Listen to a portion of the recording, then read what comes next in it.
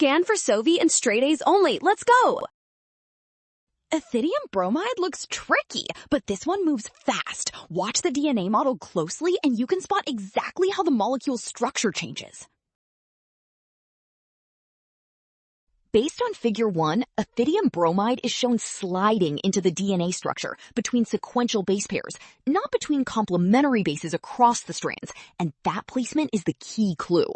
Once it inserts there, it forces neighboring base pairs farther apart, so the stacked ladder stretches out along its length instead of swapping partners or breaking the whole double helix.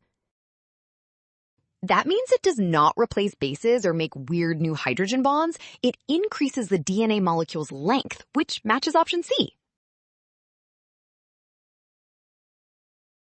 Well done! Option C! Scan now. Don't rush past the figure signs. Trust what's given and check each step before choosing.